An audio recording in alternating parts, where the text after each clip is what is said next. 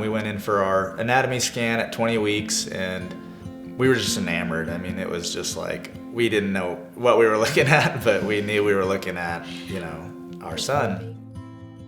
The doctor called us back, and we could just see all over her face how pale and distraught she was. And she said, I'm not going to sugarcoat it, your son has myelomeningocele spina bifida, which is the most severe form.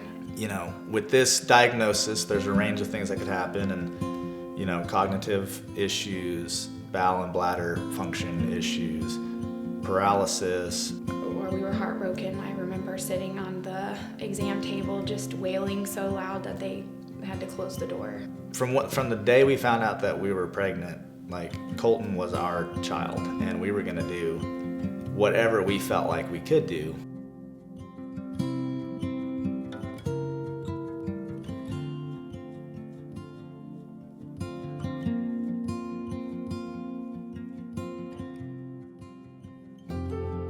He is paralyzed pretty much from the hips down. He has a wheelchair, and he has hydrocephalus and a shunt in his brain, and he has a seizure disorder and some other complications. Throughout the day, as a stay-at-home mom, I kind of have to get creative because he can't walk.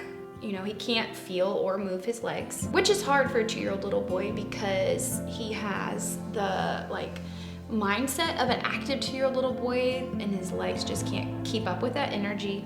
It's such a joy being his mom, but there are challenges. He is almost 2.5 and he's 33 pounds, so it involves a lot of carrying throughout the day. It's not like I can just hold his hand and walk him to the car and have him jump up.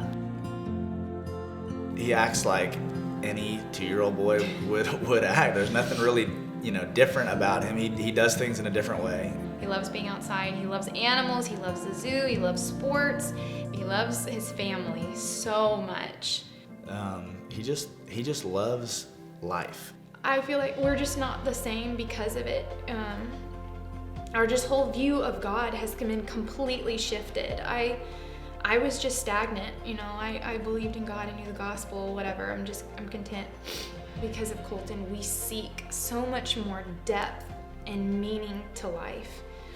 I don't know, sometimes I'm like, why did he choose me? It's no longer, why did you do this to me? It's why did you choose me to be Colton's dad? Why did I get that privilege? I don't deserve this. It was just, it was so much frustration and anger, why would you do this to us? But I think now we see it as almost the biggest blessing. Since he was in my womb, people have been transformed by him. It's nothing that we have done or could do. It's just that God is working through Colton. Our focus has just shifted. We long for eternity, so everything we do in life has so much more meaning, whether it's every person we meet or someone that's going through a challenge, we want to be there for them. This is how God is choosing to display his glory in our lives and in Colton's life. And we want to be along for the ride.